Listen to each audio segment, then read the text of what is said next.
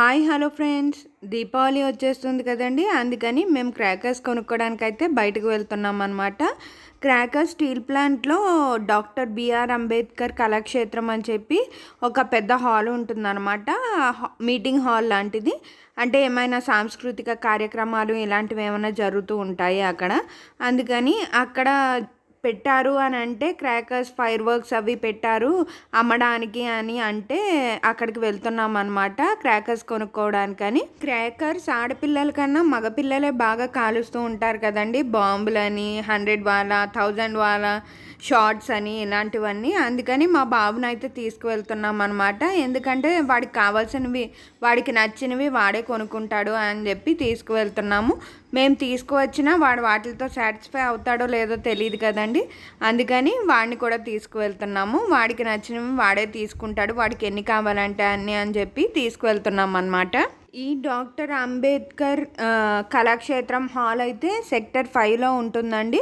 Steel plant sector 5లో ఈ doctor Ambedkar Kalakshetram హాల్లో ఈ క్రాకర్స్ అమ్ముతున్నారు.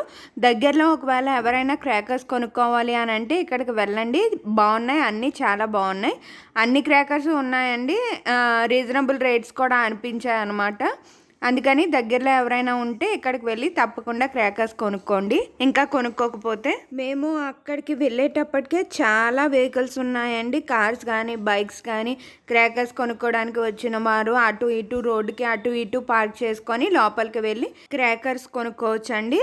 లోపల స్టాల్స్ కింద ఏర్పాటు చేశారండి క్రాకర్స్ అన్నీ కూడా. అంటే చిచ్చుబుడ్లన్నీ ఒక చోట, కాకరపోతులన్నీ ఒక చోట, అలాగా చిన్న చిన్న స్టాల్స్ కింద ఏర్పాటు చేశారనమాట. అందులో మనకి ఏం కావాలో చూసుకొని మనకి ఎన్ని ప్యాకెట్స్ కావాలంటే అన్ని ప్యాకెట్స్ తీసుకోవచ్చు అనమాట. కొంతమందికి ఒకటైతే సఫిషియెంట్, కొంతమంది ఒక 4-5 తీసుకుంటారు కదండి.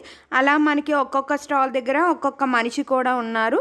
ఇది ఆర్గనైజ్ చేసిన వాళ్ళు కూడా చాలా బాగా ఆర్గనైజ్ చేశారండి. ప్రతి స్టాల్ దగ్గర ఒక మనిషిని పెట్టారు. తర్వాత మనం అన్నీ తీసుకొని బయటకు వెళ్ళిన తర్వాత అక్కడ క్యాష్ కౌంటర్ ఉంటుందన్నమాట. ఆ క్యాష్ కౌంటర్ దగ్గర మనం బిల్ పే చేసిన తర్వాత మనకి బిల్లు క్రాకర్స్ ఇచ్చేస్తారు. తర్వాత ఇంకో కౌంటర్ ఉంటుంది. మన బిల్లుకి మన క్రాకర్స్కి కరెక్ట్గా సరిపోయిందో లేదా అని చెప్పి చెక్ చేస్తారనమాట. ఆ చెక్ అయిన తర్వాత అప్పుడు మనం బయటకు రావాల్సి ఉంటుందండి.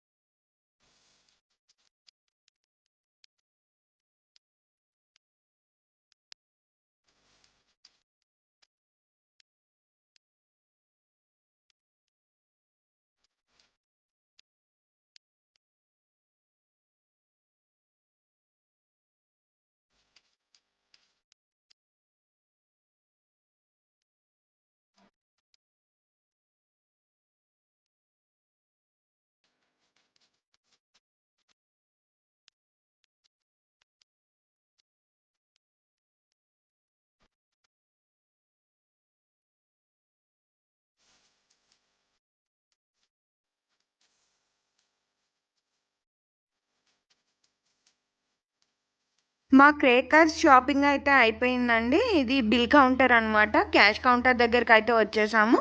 ఈ బాక్సుల మీద ఒక్కొక్క బాక్స్ మీద ఒక్కొక్క నెంబర్ రాసి ఉందండి. ఆ నెంబర్స్ ప్రకారం అయితే బిల్ వేశారనమాట. తర్వాత ఇక్కడ చెక్ చేస్తున్నారండి, బిల్లుకి తగ్గట్టు క్రాకర్స్ ఉన్నాయా లేదా అని చెక్ చేస్తున్నారనమాట. తర్వాత మేము బయటకు అయితే వచ్చేసామండి. బయట ఇలా షాప్స్ ఏర్పాటు చేశారనమాట. గన్స్ అవి ఉంటాయి కదా చిన్నపిల్లలు ఆడుకునేవి, ఆ గన్స్, ప్రమిదలు ఇలాంటివన్నీ అక్కడ అమ్ముతున్నారనమాట. నేను ప్రమిదలు ఆల్రెడీ తీసుకున్నానండి. కొన్ని ప్రమిదలు మొన్న నేను మార్కెట్కి వెళ్ళినప్పుడు తీసుకున్నాను. ఆల్రెడీ నా దగ్గర పాత ప్రమిదలు ఉన్నాయండి. పాత ప్రమిదల్లో కొత్త వాటిని కలపాలంటారు కదా, అందుకని కొన్ని కొత్త ప్రమిదలు అయితే తీసుకున్నానండి. మా దీపావళి క్రాకర్స్ షాపింగ్ అయితే ఇలా జరిగింది. ఈ వీడియో మీకు ఎలా అనిపించిందో కామెంట్ సెక్షన్లో కామెంట్ చేయండి. ఈ వీడియో కనుక మీకు నచ్చినట్లయితే ప్లీజ్ లైక్ చేసి సబ్స్క్రైబ్ చేయండి. మళ్ళీ ఒక మంచి వీడియోతో కలుద్దాం. Thank you for watching. Bye bye.